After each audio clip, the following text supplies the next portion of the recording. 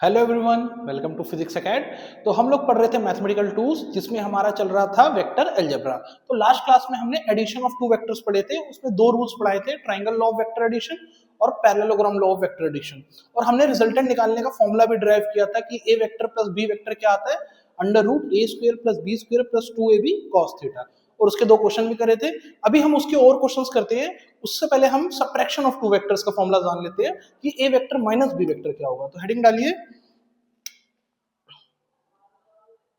subtraction of two vectors।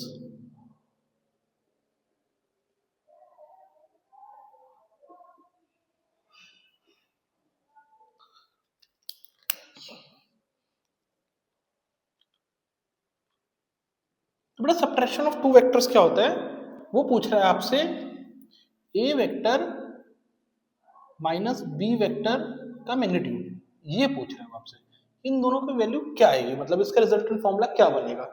तो पहले हम जान लेते हैं एडिशन वाला, ए वेक्टर प्लस बी वेक्टर का फॉर्मूला। उसको लिख लेते हैं, जो हमने गलत पढ़ा था। बताओ क्या होता था वो, अंडर रूट ए स्क्वेयर, याद आ रहा है, रिजल्टेंट ही बोलते हैं इसको, plus B square plus 2ab cos theta. What is theta? Angle between two vectors. याद है ये किसका था हमारा, एडिशन। ठीक है। और अब हमें जाना है सब्ट्रैक्शन का। तो सब्ट्रैक्शन का जानने के लिए हम लोग क्या यूज करते हैं, हम यूज करेंगे एडिशन का ही फॉर्मूला। लेकिन कैसे, देखिए हम लोग इसको ऐसे लिख सकते हैं। आप देखिए a vector plus of minus of b vector, क्या हम ऐसे लिख सकते हैं? देखो बेटा, हाँ बिल्कुल लिख सकते हैं। हम इसको माइनस को प्लस माइनस कर सकते हैं, होगा तो ये सिंप्लीफाई ए वेक्टर माइनस बी वेक्टर। लेकिन हम इसको ऐसे लिख देंगे ताकि हम A vector plus this vector का फॉर्मूला लगा देंगे। तो हम जस्ट सिंप्लीफाई क्या कर रहे हैं, रिप्लेस कर रहे हैं हम बी वेक्टर को बाई माइनस बी वेक्टर से, बस। और हमारा फॉर्मूला बन गया ए वेक्टर माइनस बी वेक्टर का। तो चलो इसमें पुट करते हैं। तो आपको याद होगा ए वेक्टर प्लस बी वेक्टर का फॉर्मूला ही करेंगे, ए स्क्वायर प्लस बी की जगह माइनस बी हो जाएगा, प्लस क्योंकि ये a vector plus this vector, plus वाला ही फॉर्मूला यूज करेंगे, बस बी की जगह minus b. A vector plus minus b का square plus 2a minus b, again b की जगह माइनस बी कर रहे हैं, कॉस थीटा। तो हम बी की जगह माइनस बी करते रहे। चलो इसको और सिंप्लीफाई करते हैं। आगे क्या बनता है, अंडर रूट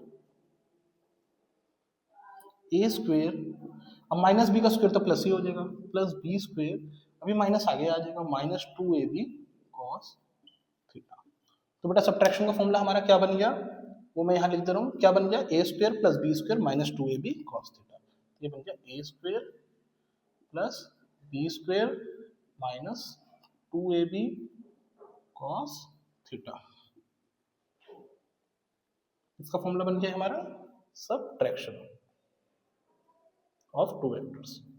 तो हमने क्या जाना, ए वेक्टर प्लस बी वेक्टर तो हम लास्ट क्लास में जाने गए थे, क्या होता फॉर्मूला, अंडर रूट ए square plus B square plus 2ab cos theta. आज हम A vector minus B vector भी जान गए, उसका फॉर्मूला आएगा under root A square plus B square minus 2ab cos theta. I hope आप ये निकाल लोगे, बस कुछ नहीं करना, यहाँ पे माइनस 2ab cos थीटा हो जाएगा, वहाँ पे प्लस 2ab। तो ए वेक्टर माइनस बी वेक्टर और ए प्लस बी वेक्टर दोनों हमने जान लिए। अब इसको आप नोट कर लीजिए, फिर हम कुछ क्वेश्चन, आई होप बोर्ड पे दिया हुआ क्वेश्चन आपने ट्राई किया होगा और आपसे हुआ भी होगा। तो चलिए मैं करता हूँ इसको। तो बेटा ए वेक्टर बी वेक्टर गिवन है, ए वेक्टर का मैग्नीट्यूड 5, बी वेक्टर का भी 5, और ये एंगल 60 डिग्री गिवन है। और हमें दोनों पूछा है, ए वेक्टर प्लस बी वेक्टर का मैग्नीट्यूड और a vector minus B vector का मैग्नीट्यूड। तो चलिए करते हैं हम इसका सॉल्यूशन। तो सबसे पहले बेटा ए वेक्टर बी वेक्टर तो 5 गिवन है, सबसे पहले हम फाइंड करेंगे थीटा। याद रखना ये, सबसे पहले हम थीटा फाइंड करेंगे, एंगल बिटवीन टू वेक्टर्स। तो बताओ बेटा, एंगल बिटवीन टू वेक्टर्स निकालने के लिए क्या कंडीशन थी, दोनों की टेल जुड़ा होना जरूरी होना चाहिए, दोनों की टेल जुड़ी होनी चाहिए। तो क्या दोनों की टेल जुड़ी है? हाँ जुड़ी है। तो यही है एंगल बिटवीन टू वेक्टर्स। नहीं तो कहीं आप थीटा ही गलत कर दोगे तो ऑब्वियस सी बात, आपका आंसर गलत आएगा ही। तो थीटा सबसे पहले निकालिए, क्या है, एंगल बिटवीन टू वेक्टर्स। और ये जानने के लिए क्या, दोनों की टेल जुड़ी होनी चाहिए। तो जो दोनों की टेल जुड़ी है तो थीटा आएगा 60 डिग्री। तो चलिए आगे बढ़ते हैं, हम सबसे पहले एडिशन निकालते हैं। तो क्या फॉर्मूला था A vector plus B vector के रिजल्टेंट का, रिजल्टेंट बोल लो या इसका मैग्नीट्यूड। इसका फॉर्मूला था under root A square plus B square plus 2ab cos theta. तो चलो निकालते हैं हम। बताओ ए स्क्वेयर कितना है बेटा, 5 का स्क्वेयर 25 प्लस बी स्क्वेयर भी 25 प्लस 2, ए कितना है 5, बी भी 5 और कॉस कितना है 60 डिग्री। ठीक है, चलो आगे बढ़ते हैं हम। 25 प्लस 25 हो गया 50 प्लस ये कितना हो गया 2 5 10 5 50 और cos 60 होता है हाफ, तो ये कट के कितना हो गया 25। ठीक है, दिख रहा है आपको, ये 50 हो गया cos 60 हाफ, तो मैं कट कर दे रहा हूँ, ये हो गया 50 प्लस 25 और ये होता है रूट 75। तो बेटा हम रूट 75 को कैसे लिख सकते हैं, रूट 75 को लिख सकते हैं 25 इंटू 3।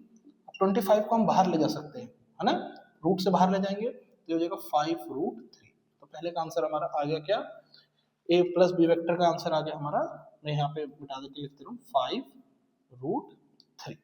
तो क्लियर है कि नहीं आपको, A square plus B square plus 2ab cos theta, cos 60 half होता है, बस वही पुट कर दिया, सोल्व कर देते हैं। चलो अब बढ़ते हैं हम A vector minus B vector की ओर। बताओ इसका फॉर्मूला क्या था, इसमें बस माइनस 2ab हो जाता है, तो ये हो जाएगा रूट ए square plus B square minus 2ab cos theta. ठीक है, ये आंसर आया था पिछले का, इसको मैं सेपरेट कर देता हूँ तो आपको सेम ना लगे, ये अलग है। ठीक है, चलो आगे बढ़ते हैं हम। तो बेटा बताओ अंडर रूट ए स्क्वायर कितना है, फिर से 5 का स्क्वायर 25, बी स्क्वायर भी 25 माइनस 2ab 5 इंटू 5 और cos 60 सीधा लिख दूं मैं, थीटा कितना है 60, तो cos 60 में सीधा लिख देता हूँ हाफ, तो ये 2 से 2 कट गया, मैंने एक स्टेप स्किप कर दिया, सीधा cos 60 हाफ लिख दो। थीटा बेटा एंगल बिटवीन टू वेक्टर्स लेना है, वो वही लेंगे। ठीक है, अब ए माइनस बी में सॉल्व कर रहे हैं हम, तो 25 प्लस 25 और माइनस 5 इंटू 5 25, तो 25 से प्लस 25 से माइनस 25 कट गया, तो ये बच गया बेटा रूट में 25, रूट 25 क्या होता है 5, तो इस वाले का आंसर क्या आ गया 5। तो बताओ ये वेक्टर माइनस बी वेक्टर क्या आ गया 5। इजी है कि नहीं, आई होप आपको क्लियर हुआ होगा। इसमें हमने दोनों निकाल दिया, देखो एडिशन ऑफ टू वेक्टर्स और subtraction of two vector, a vector plus B vector आया 5 रूट 3 और a vector minus B vector आया 5, बस वो आपको फॉर्मूला पुट करना है। ठीक है, तो आई होप आपको क्लियर हुआ होगा, तो इसको नोट कर लीजिए, एक क्वेश्चन और कर लेते हैं फिर हम इसको यहीं एंड करते हैं। ठीक है, तो आई होप इस क्वेश्चन को आपने ट्राई किया होगा और इस बार आपसे हो गया होगा, क्योंकि लास्ट क्वेश्चन तो हम कर ही चुके हैं। तो चलिए मैं करता हूं इसको। तो बेटा सबसे पहले क्वेश्चन क्या है, ए वेक्टर का मैग्नीट्यूड दिया 4, बी का भी 4 दिया है और हमें दोनों निकालने हैं, एडिशन और सब्ट्रैक्शन। तो चलिए करते हैं सबसे पहले। तो बेटा सबसे पहले इसमें क्या निकालते हैं हम, सबसे पहले हम जानते हैं एंगल बिटवीन टू वेक्टर्स, बताया था आपको थीटा। तो बताओ एंगल बिटवीन टू वेक्टर्स कैसे निकालते थे हम, एंगल बिटवीन टू वेक्टर्स हम तभी निकाल सकते हैं जब दोनों की टेल जुड़ी हो। क्या बेटा दोनों की टेल जुड़ी है, नहीं, तो 60 degree angle between two vectors नहीं है, तो टेल कैसे जोड़े, या तो ए को हम आगे कर देते, तो ए को मैंने ये कर दिया बेटा आगे, ये हमारा हो गया ए वेक्टर। ठीक है, और इसको मैंने कर दिया डॉटेड। ठीक है, अब बताओ क्या दोनों की टेल जुड़ेगी, हाँ जुड़ेगी। अब बताओ ये 60 डिग्री है तो ये कितना होगा, ये होगा 120 डिग्री, क्योंकि टोटल एंगल कितना होता है 180 स्ट्रेट लाइन का, और ये 60 माइनस कर देंगे तो बचा कितना 120 डिग्री। तो बताओ एंगल बिटवीन टू वेक्टर्स कितना है 120 डिग्री। ठीक है, तो सबसे पहले हमें एंगल बिटवीन टू वेक्टर्स निकालना है और वो तभी निकलेगा जब दोनों की टेल जुड़ी हो। चलो आगे बढ़ते हैं हम क्वेश्चन की ओर। सबसे पहले हम निकालते हैं addition, A vector plus B vector का मैग्नीट्यूड, तो क्या होता है बेटा under root A square plus B square plus 2ab cos theta. तो देखो बताओ ए स्क्वेयर हो गया 4 का square 16, B square 16 plus 2, A कितना है 4, बी भी कितना है 4 और cos 120 डिग्री। बताओ बेटा cos 120 कितना होता है, सिखाया था ना आपको, तो ये होगा 16 plus 16 plus 2 into 4 into 4 16 32 cos 120। बताओ cos 120 सेकंड क्वाड्रेंट है, तो सेकंड क्वाड्रेंट में माइनस, और 120 180 से कितना कम है 60, तो cos 60 हाफ, तो माइनस हाफ होता है, तो ये 2 से कट जाएगा कितना 16, तो ये हो जाएगा माइनस 60। तो ये बेटा कितना हो गया अंडर रूट 16 प्लस 16 और माइनस 16, प्लस माइनस कट गया 16, तो ये आ गया अंडर रूट 16 जो होता है 4। तो ए वेक्टर प्लस बी वेक्टर कितना आ गया, पहला क्वेश्चन का आंसर आ गया 4। इजी है ना, ये आ गया हमारा 4। ठीक, चलो सेकंड में बढ़ते हैं हम A vector minus B vector की ओर। तो लिखिए A vector minus B vector का मैग्नीट्यूड ये होता है under root A square plus B square minus 2ab cos theta. चलो करें इसको, तो इसको यहाँ कर देते हैं अंडर रूट ए स्क्वेयर 4 का स्क्वेयर 16 अगेन, बी का स्क्वेयर 4 का स्क्वेयर 16 माइनस 2 4 इंटू 4 और कॉस 120 डिग्री, कॉस 120 डिग्री तो वही है अभी निकाला माइनस हाफ, 180 से 60 कम और सेकंड क्वाड्रेंट है तो माइनस, तो इसको करते हैं हम under root 16 plus 16 minus 2 into 4 4 सा 16 और ये हो जाएगा माइनस हाफ, तो 2 से 2 कट गया और ये माइनस माइनस क्या हो जाएगा प्लस, तो बेटा ये हो जाएगा अंडर रूट 16 प्लस 16 और ये माइनस माइनस प्लस 16, तो 16 को 3 बार ऐड करा तो क्या आता है 48। अब देखिए रूट 48 आ रहा है, इसको हम सिंप्लीफाई कैसे करेंगे, रूट 48 को हम लिख सकते हैं रूट 16 इंटू 3, ठीक है, तो रूट 16 बाहर आएगा तो क्या हो जाएगा बेटा 4 रूट 3, ए वेक्टर माइनस बी वेक्टर क्या आ गया 4 रूट 3। आई होप आपको क्लियर हो गया होगा। सेकंड आंसर क्या आ गया 4 रूट 3। तो ये वाला क्वेश्चन भी हो गया होगा आपसे। तो इतना ही रहता है एडिशन और सब्ट्रैक्शन में जो हमारे फिजिक्स में काम आता है वेक्टर्स का। सो आई होप आपको ये सारा क्लियर हो गया होगा। तो आगे बढ़ते हैं मल्टीप्लिकेशन ऑफ वेक्टर्स की। तो मल्टीप्लिकेशन ऑफ वेक्टर्स की ओर जाने से पहले हम वेक्टर्स के बारे में कुछ बातें और जान ले, लाइक यूनिट वेक्टर हमें जानना है और दूसरा resolution of vector in 2D and 3D, तो वो जान ले तब हम मल्टीप्लिकेशन ऑफ वेक्टर की ओर बढ़ते हैं। तो सबसे पहले लिखिए यूनिट वेक्टर, और यूनिट वेक्टर का सिंबल क्या होता है वो भी हम जान लेंगे। तो हेडिंग डालिए यूनिट वेक्टर।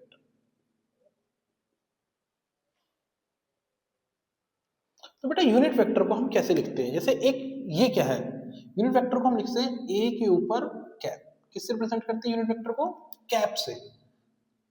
ठीक, समझ पा रहे हैं आप। तो यूनिट वेक्टर को हम लिखते हैं ए के ऊपर कैप। ठीक, जैसे एक वेक्टर है ए वेक्टर, ये क्या है वेक्टर, ये कंप्लीट वेक्टर है, इसको हम कैसे लिखते हैं, ए वेक्टर का क्या है ये मैग्नीट्यूड बताता है ये, और दूसरा इसकी डायरेक्शन बताता है, तो ऐसे लिखते हैं ए वेक्टर जो होता है वो कैसे लिखते हैं, ए वेक्टर का मैग्नीट्यूड और दूसरा डायरेक्शन। क्लियर हो रहा है आपको ये, वैसे न्यू चीज है ये आपको जानना है। ये वेक्टर वेक्टर दो चीजें बताता है हमें, एक बताता है इसका, ये बताएगा इसका मैग्नीट्यूड मतलब कितनी वैल्यू, जैसे 5 7 8, और बेटा ये कैप क्या बताएगी, डायरेक्शन, डायरेक्शन कैसे बताएगी, जैसे नॉर्थ ईस्ट साउथ एंड आगे हम जानेंगे आई कैप जे कैप के कैप, वो बताते हैं अभी हम। तो वेक्टर को हम कैसे लिखते हैं आप याद रखना, ए वेक्टर का मैग्नीट्यूड और ए कैप, जिसमें मैग्नीट्यूड ये बताएगा उसकी वैल्यू न्यूमेरिकल और ये बताएगा उसकी डायरेक्शन। तो इससे आप जानिए ए कैप क्या बना, ए कैप का फॉर्मूला बना बेटा आपका, ए कैप क्या, डायरेक्शन कैसे हम निकालेंगे, तो ये बन गया बेटा ए वेक्टर अपॉन ए वेक्टर का मैग्नीट्यूड। ठीक है, ए कैप क्या बन गया, ए वेक्टर अपॉन ए वेक्टर का मैग्नीट्यूड। तो ये दोनों आपको क्लियर है कि नहीं, तो हमने दो चीज जानी यूनिट वेक्टर के बारे में। यूनिट वेक्टर को हम कैप से लिखते हैं ऊपर, ए के ऊपर कैप, मतलब ये बता रहा है, ये क्या बता रहा है आपको, डायरेक्शन ऑफ ए वेक्टर, सिर्फ दिशा बता रहा है, direction of A vector. Clear है, ए कैप, यूनिट वेक्टर को कैसे लिखेंगे हम, ए के ऊपर कैप, और ए वेक्टर को कैसे लिखते हैं, ए का मैग्नीट्यूड और ए कैप दोनों होते हैं साथ में, तभी वो वेक्टर कहलाता है। जैसे 5 मीटर नॉर्थ 7 मीटर ईस्ट, तो 5 मीटर मैग्नीट्यूड और नॉर्थ ईस्ट डायरेक्शन। ठीक है, और ए कैप क्या बन गया फिर, ये नीचे आ जाएगा ए वेक्टर अपॉन ए वेक्टर का मैग्नीट्यूड। ठीक है, तो आई होप आपको यूनिट वेक्टर क्लियर होगा। यूनिट वेक्टर को हम ऊपर कैप से लिखते हैं। ठीक है, तो अब हम जानते हैं एक्स वाई जेड एक्सिस, जब हम रेजोल्यूशन ऑफ वेक्टर 3D में करेंगे तो हम लोगों ने कार्टेशियन एक्सिस में पढ़ा हुआ है कि नहीं, कि 3 एक्सिस होती थी अगर आपको याद होगा।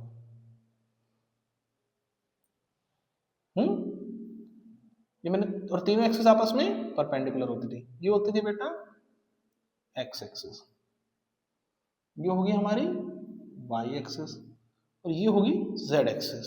क्लियर है, तो बेटा x axis, y axis, z axis, अगर एक्स एक्सिस को डायरेक्शन हमें बताना है तो हम एक्स नहीं लिखेंगे, हम अगर वेक्टर बता रहे हैं, अगर कोई वेक्टर एक्स एक्सिस में है तो उसकी डायरेक्शन किससे लिखते हैं हम? आप लोग नई चीज जान रहे हो, वैसे जानना, आई कैप, क्या लिखा है? आई कैप। और सिमिलरली वाई एक्सिस की डायरेक्शन बताते हैं जे कैप। ठीक है, ये आपको न्यू चीजें हैं इसलिए आपको थोड़ा डिफिकल्ट लगेंगे, बट जान लीजिए आगे बहुत काम आएगा। और जेड एक्सिस की डायरेक्शन के कैप। क्लियर हुआ कि नहीं? आई एक्स एक्सिस की डायरेक्शन होती है आई कैप, वाई एक्सिस की जे कैप और जेड एक्सिस की के कैप। तो मैं अलग से भी लिख देता हूँ ये। तो आई कैप क्या हुआ और जे कैप क्या हुआ और के कैप क्या हुआ? ठीक, तो आई कैप क्या है? डायरेक्शन फॉर एक्स एक्सिस, मतलब ये एक्स एक्सिस की डायरेक्शन बताएगा।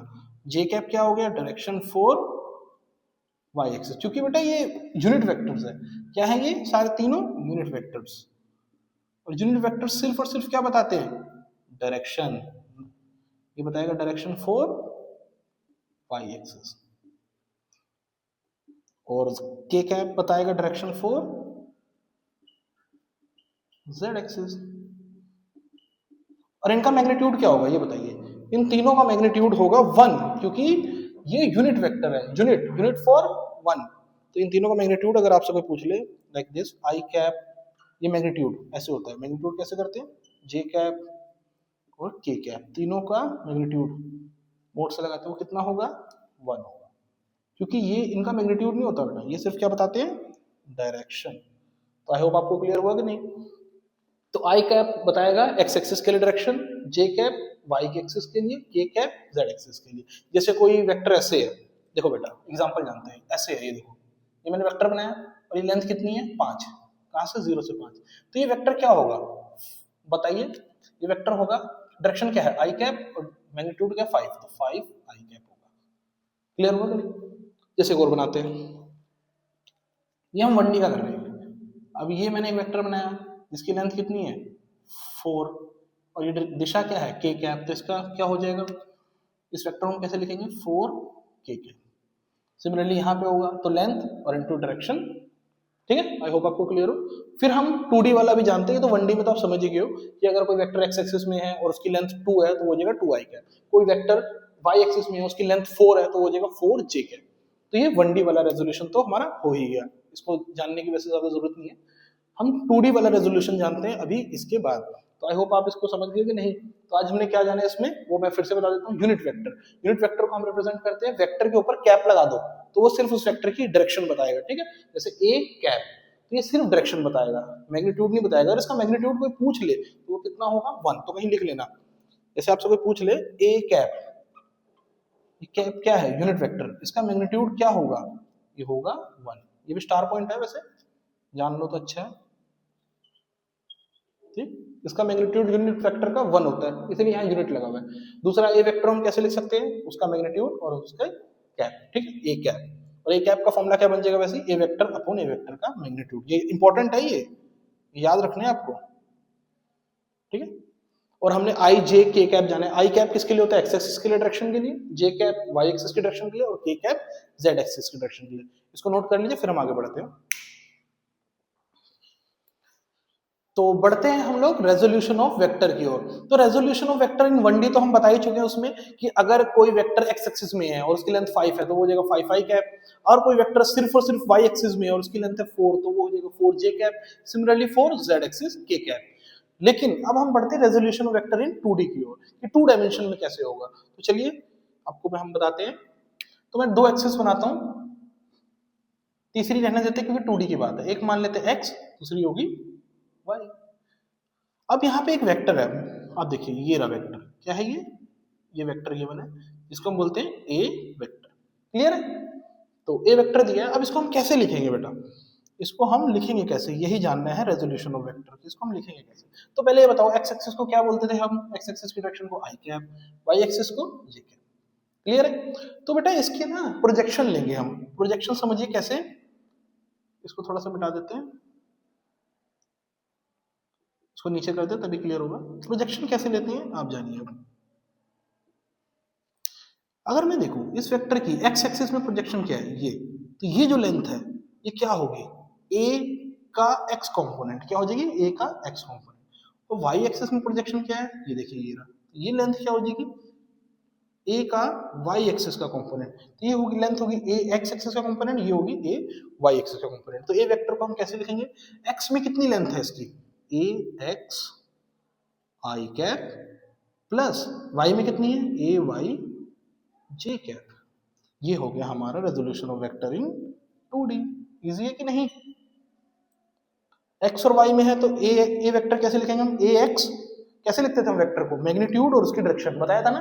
ए वेक्टर को हम कैसे लिखते थे, उसका मैग्नीट्यूड और डायरेक्शन। तो ए वेक्टर को हम कैसे लिखेंगे, ए एक्स एक्स एक्सिस में उसका मैग्नीट्यूड और आई कैप प्लस ए वाई जे कैप। सिमिलरली एक और बना के दिखाते हैं हम वाई और जेड का। चलो एक्स और जेड का बनाते हैं। मान लीजिए ये हो गया एक्स और ये हो गया जेड, एक्स और जेड। तो बताओ एक्स एक्सिस को हम क्या बोलते थे, और इसमें वेक्टर है ये रहा, ये वेक्टर हो गया ए वेक्टर। अब इसको हम रेजोल्यूशन कैसे लिखेंगे, तो सबसे पहले हम पहले तो जान ले एक्स एक्सिस को हम कैसे डायरेक्शन बताते हैं, आई कैप और जेड को के कैप, आई और के में रहेगा। अब हम इसकी लेंगे प्रोजेक्शन, तो ये वाली लेंथ कितनी आ जाएगी एक्स एक्सिस में, ए नीचे एक्स, ए एक्स कंपोनेंट। ये वाली कितनी आ जाएगी, ए जेड कंपोनेंट। तो बताओ रेजोल्यूशन कैसे लिखेंगे, ए वेक्टर को कैसे लिखेंगे हम। अब यहाँ पे क्या है एक्स और जेड है, तो ये वेक्टर को लिखेंगे एक्स में कितना है बेटा, ए एक्स आई कैप और प्लस जेड में ए जेड के कैप। ठीक है, क्लियर हो रहा है कि नहीं। सिमिलरली वाई और जेड में कैसे लिखेंगे बताइए। अब अगर मान लो दो एक्सिस गिवन है हमें, एक वाई हो और एक जेड हो, ठीक है, और वेक्टर गिवन है, ए वेक्टर ये रहा, तो कैसे लिखेंगे हम। वाई को क्या पहले जान लो, वाई होता है हमारा जे कैप और जेड के कैप, तीनों बता दे रहा हूं मैं आपको। तो ये वेक्टर को कैसे लिखेंगे हम, ए का ये वाला कंपोनेंट क्या हो जाएगा, ए वाई और ये वाला ए जेड। तो ए वेक्टर हमारा लिखा जाएगा बेटा ए वाई जे कैप प्लस ए जेड के कैप। ठीक है कि नहीं, आई होप आपको क्लियर हुआ। तो तीनों एक्स में बता दिए, तीन ही बन पाते हैं, तो हम ये 2D वाला जान रहे हैं। ठीक, तो फिर से मैं बता देता हूँ रेजोल्यूशन वेक्टर इन 2D। अगर एक्स वाई एक्सिस में है तो ये ए वेक्टर है, तो हम इसको कैसे लिखेंगे, इसका एक्स कंपोनेंट कितना है, ए एक्स आई कैप प्लस ए वाई जे कैप। अगर एक्स जेड में है तो एक्स आई होता है कैप, जेड के कैप। तो ए वेक्टर को हम लिखेंगे ए एक्स आई कैप प्लस ए जेड के कैप। और अगर वाई और जेड में तो ए वेक्टर को लिखेंगे हम ए वाई, उसका कंपोनेंट जे कैप प्लस ए जेड के कैप। तो आई होप आपको resolution of vector in 2D clear हुआ होगा। तो इसको नोट कर लीजिए, फिर हम resolution of vector in 3D भी लिख देते हैं। चलिए इसको नोट कर लीजिए। तो चलते हैं हम लोग resolution of vector in 3D की ओर। अब तीनों एक्सिस में वेक्टर होगा, तो इसका डायग्राम बनाते हैं हम। सबसे पहले तीनों एक्सिस बनाते हैं। ये होगी बेटा एक्स एक्सिस और ये होगी वाई एक्सिस और ये होगी जेड एक्सिस। क्लियर है। तो एक्स एक्सिस को हम डायरेक्शन को क्या लिखते थे, आपको याद होगा आई कैप, वाई एक्सिस की जे कैप और जेड एक्सिस की के कैप। अब देखिए वेक्टर कोई 3D में है ऐसे एकदम, वो इस प्लेन में नहीं होगा बेटा, मतलब ऐसे नहीं होगा, वो ऐसे होगा। आप समझ पा रहे हो, जैसे 3D कैसे होता है, ये अगर मैं इसको ऐसे कर दूं, जैसे ये मार्कर है, तो ये एक्स वाई प्लेन में है, तो ये 2D हो जाएगा। 3D कैसे होगा, जब ये बिल्कुल ऐसे होगा। तो आप समझिए मैं ऐसा बना रहा हूँ, ठीक है। तो मैं इस वेक्टर को बनाता हूँ, ये आउटवर्ड्स है, ये इस प्लेन में नहीं है। ये मैंने बना दिया एक वेक्टर जिसका नाम है ए वेक्टर, ठीक है। अब इसके बेटा प्रोजेक्शन के लिए मैंने एक क्यूब बना दिया ताकि आपको ये इजीली समझ आ जाए ये 3D। ये देखिए ये आउट जा रहा है, ये क्यूब से आप समझिए। तो बेटा इसके एक्स कंपोनेंट कौन सा होगा, आप देखिए। तो एक्स एक्सिस में इस क्यूब का कितना आ रहा है, ये वाला पार्ट, तो ये होगा इसका ए एक्स, एक्स वाला कंपोनेंट ए एक्स। वाई वाला कौन सा होगा बेटा, ऊपर ये कितना है, आप देख सकते हो ये वेक्टर कितना ऊपर है, ये हो गया हमारा इसका वाई वाला कंपोनेंट ए वाई। और जेड वाला देखिए ये आउट कितना है इस बोर्ड से, तो ये हो गया हमारा ए जेड। तीनों कंपोनेंट्स हमारे हो गए कि नहीं, एक्स वाला, वाई वाला और जेड वाला। तो ये था हमारा ए वेक्टर, ठीक है। ये हो गया हमारा ए एक्स और ये हो गया हमारा ए वाई और ये हो गया हमारा ए जेड, ठीक है। जेड क्लियर, क्लियर दिख रहा है कि नहीं आपको। तो ए वेक्टर को हम कैसे लिखेंगे, इजी है, ये तीनों एक्सिस में है, तीनों एक्सिस में है, तो एक्स में कितना है बेटा, ए एक्स आई कैप प्लस वाई में कितना है, ए वाई जे कैप प्लस जेड में कितना है, ए जेड के कैप। ये हमारा हो गया resolution of vector in 3D। Clear है कि नहीं? मैं फिर से आपको बता देता हूं, देखिए ए वेक्टर है, ये कोई आउटवर्ड्स, कहाँ है ये, आउट, आउट माने ये ऐसे है, अंदर नहीं है, ऐसे आप समझ पा रहे, बाहर। तो हम एक क्यूब बना दिए जिससे हम इसके तीनों कंपोनेंट्स जान पाए। तो बेटा इसकी जो प्रोजेक्शन यहाँ बनेगी, फिर यहाँ से यहाँ और यहाँ से यहाँ, तो ये एक्स में कितना है, अगर हम क्यूब से देखें, एक्स में ये इतना है ए एक्स, और वाई में कितना है, वाई में इतना ऊपर है, और जेड में इतना, लाइक दिस मार्कर इतना बढ़ाएंगे, आप समझिए एक्स में कितना आगे है, इतना ए एक्स, ये वाई में कितना ऊपर है, आप इसकी हाइट देख लेंगे ए वाई, और ये जेड में वैसे इधर है, तो जेड में कितना बाहर है, ये वाला ए जेड।